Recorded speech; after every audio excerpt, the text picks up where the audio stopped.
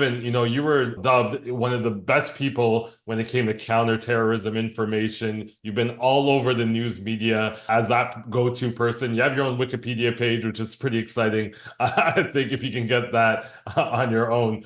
But we're going to go deep into what your company comes into when it comes to crypto risk. But what are some of the traditional things that you see? Where are money launderers still using the traditional fiat system? Because you see a lot of off-chain things, even though it's directly related to crypto. Where are some of the areas where we're still seeing the traditional financial ecosystem being exploited? Yeah, well, I mean, when you hear about crypto money laundering, obviously you think about cryptocurrency, right? Right.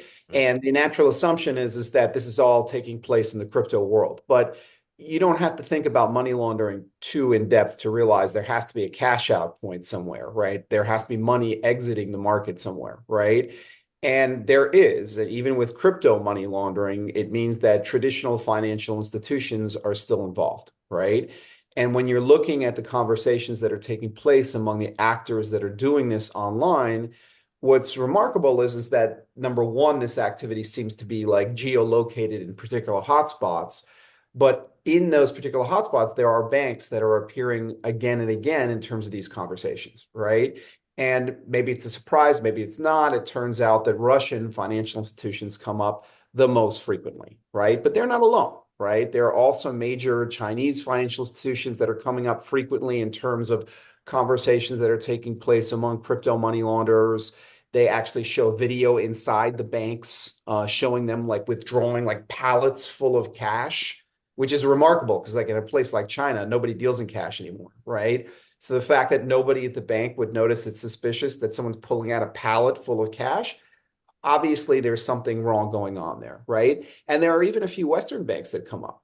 So I think it's notable. And then of course it's not just banks, but it's also crypto trading and exchange platforms, right? Um, you see a lot of conversations involving these folks talking about Binance as a cash out point, right? Obviously, that's not great, especially when it's sort of out in the open and when these people are actually saying this is stolen crypto, right? Because that's also what's remarkable about some of this stuff is that they're not really hiding anything. They're saying this is stolen crypto. We have stolen this from X and we are selling it to Y. And that's not just in terms of the conversations, that's even in like the channel descriptions. That's how kind of explicit they are about this.